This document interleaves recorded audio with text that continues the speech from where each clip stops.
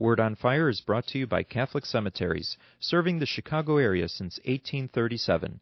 This is Cardinal Francis George, and I invite you to join me for the next few minutes to reflect with Father Robert Barron on the Word of God, which is the Word on Fire. Father Barron will challenge us to open our hearts to the Word on Fire, which is God's word of love for each of us. If our hearts are open, the Lord can change and transform us so that we might speak with love about the one who is love.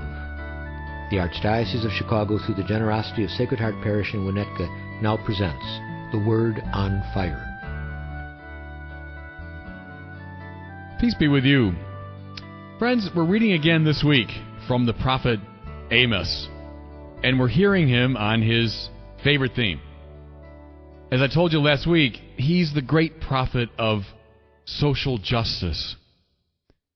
Abraham Joshua Heschel, whom I mentioned quite a bit last week, said, the prophets of Israel feel the pathos of God.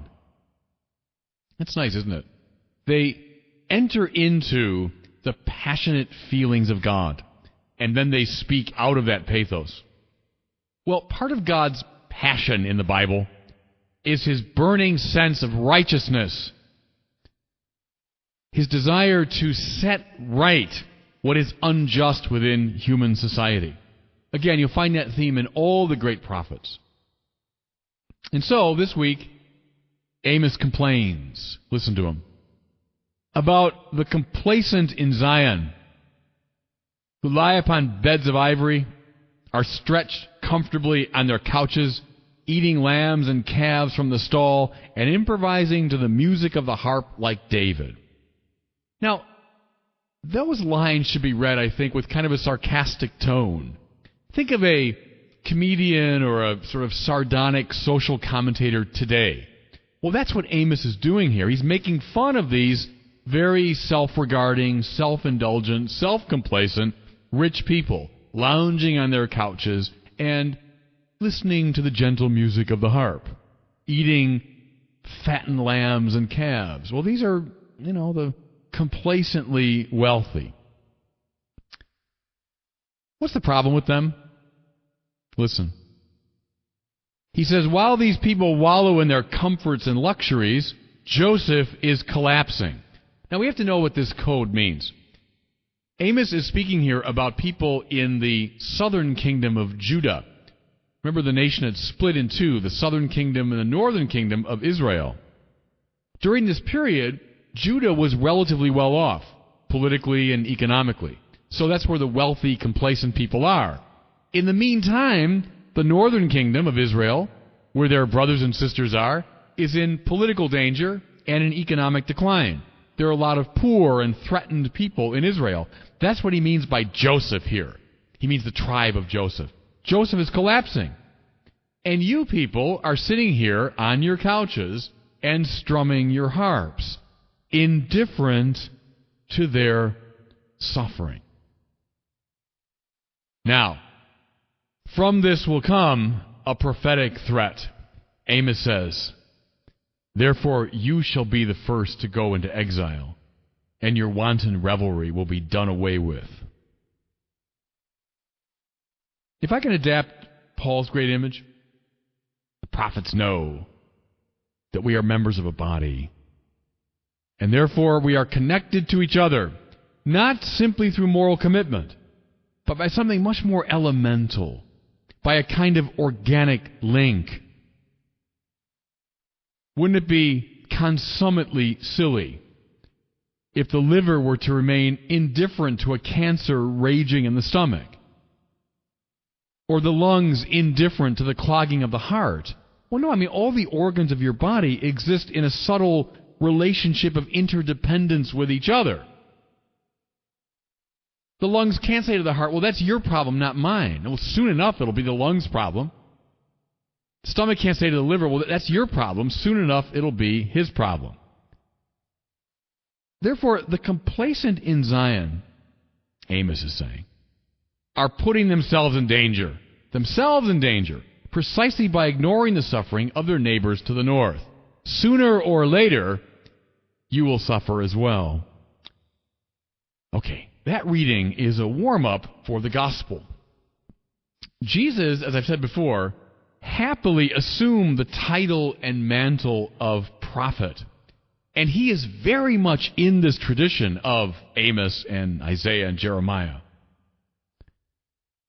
He tells in today's gospel that always devastating parable of Lazarus and the rich man. And he's commenting on the same organic relationship that obtains between all members of society.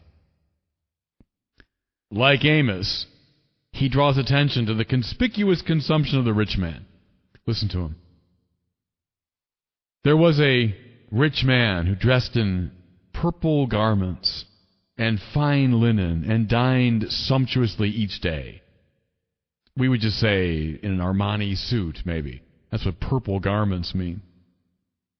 All the while, there is, right at his door, a poor man. Listen again. Lazarus, covered with sores, would gladly have eaten his fill of the scraps that fell from the rich man's table. This classic story, it's gotten into the consciousness of the wider society, hasn't it? Lazarus and Dives, we'll say, just Latin for the rich man. We feel the power of it. We know the power and the condemnation implicit in this contrast. Let me share an experience of my own. In the summer of 1980, I was a 20-year-old seminarian, and I grew up in the pretty wealthy suburbs of Chicago. We weren't fabulously wealthy, but wealthy enough. Well, that summer I spent at St. Aloysius Parish in Chicago, in a much more economically depressed area. There was a lot of drugs and gang violence. Well, when I rode there from my house in the rather well-to-do suburbs to St. Aloysius, it took me maybe a half hour, and yet there was a world of difference. And it was the first time I'd really felt this. I knew there were economic, disparities, but it was the first time I really had felt this difference. And what struck me that day was, I'm a half hour away from this completely different neighborhood. There is enormous poverty, violence, hopelessness, 1/2 hour from where I live. That's true, of course, in most of our major cities. You can travel from a very wealthy area in maybe half hour or less than that into extremely poor neighborhoods. Friends, my point is this. Lazarus is still right at the gate. Oh, poor people, they're far away. I guess someone else has to worry about them. No, they're right at the gate. That's why we shouldn't soften this reading. We shouldn't render it symbolic. We shouldn't explain it away. Is it meant to bother us? Yes. Yes. We who are relatively wealthy, and of course all of us in our country, in these United States, we are all relatively wealthy compared to much of the world.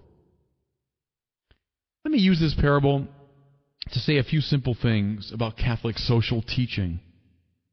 The social doctrine of the Church comes right up out of this prophetic tradition, stretching through Jesus back to Amos.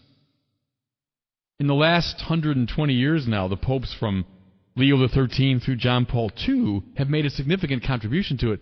In fact, I just heard recently that the next encyclical of Benedict XVI is going to be on the social question. The popes have been sharply critical of socialist or communist solutions to the problem of social injustice. They've seen, all of them, that these radical proposals compromise way too much the integrity and dignity of the individual. But it's also fair to say they've been critical of Western capitalism as well. What are the popes worried about? Their main concern is that capitalism can easily devolve into an individualism according to which profit-making and competition are paramount. An individualism that overlooks the fact, listen, that we are all organically related one to another. When we retreat into that kind of self-absorbed individualism, we are like those complacent rich that Amos worries about. Our neglect of the poor, Lazarus at our gate, will lead, in the long run or the short run, to our own collapse. Here's the sharp message of both these readings and of the church's social teaching. Okay, so what do we do? How does this parable rouse us to action? Let me make a couple of simple suggestions. First of all, we can tithe. That's a good biblical idea. It just means giving 10% of your income every year to the work of the church, to a charity, to the poor. It's up to you to decide how you do it. But you give 10% of what you make to the poor. It's hard, isn't it? We don't think of it that pointedly, but that's the biblical recommendation. Now, people give money at church and so on. Good. But use tithing as a guide, 10%. If you don't give to your local parish, okay, give to a charity. Give to the poor directly, but make it 10%. Secondly, I know how complex this is, but this issue should influence the way we vote for public officials. And again, I know the complexity. There are a lot of different political issues, and often the two parties are both good and bad. You know, in terms of Catholic teaching, they're both problematic, they're both good. Well, I would just say this issue of the poor should figure in to your political thinking and to the way you vote. Thirdly, we can give directly of our time to those who are in need. Sometimes it's a little too easy just to write a check and say, okay, I've given some money. Go yourself. Participate yourself in a program. They're not too far from you. Trust me, wherever you are, wherever you're hearing these words, not too far from you is a program that could use your presence. I think it's great for parents to bring kids, for example, to a soup kitchen, to a Catholic worker house. Let them see what I saw when I was 20 years old, this great disparity that Lazarus is not too far from your door. Here's one I've mentioned to you before, but I think it's a good idea.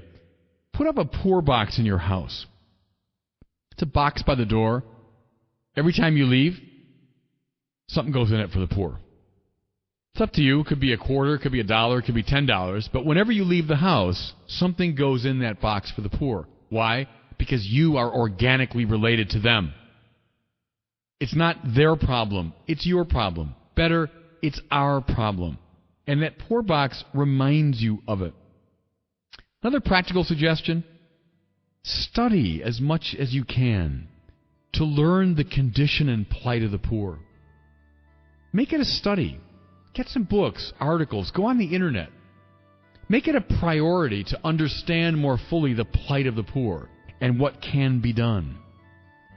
I'll leave you with this line from Peter Morin, the founder of the Catholic Worker Movement. He said, "We got to shift from being a society of go-getters to being a society of go-givers." I like that. We're a go-getter society. Go get it. You achieve something. You get as much as you can. Well, that's not the biblical attitude. Become a go-giver. Your goal should be to give, to give, to give. To realize Lazarus at your gate, lest we become these complacent whom Amos complains about. We're all members of Christ's mystical body. Be aware of Lazarus at the gate. And God bless you.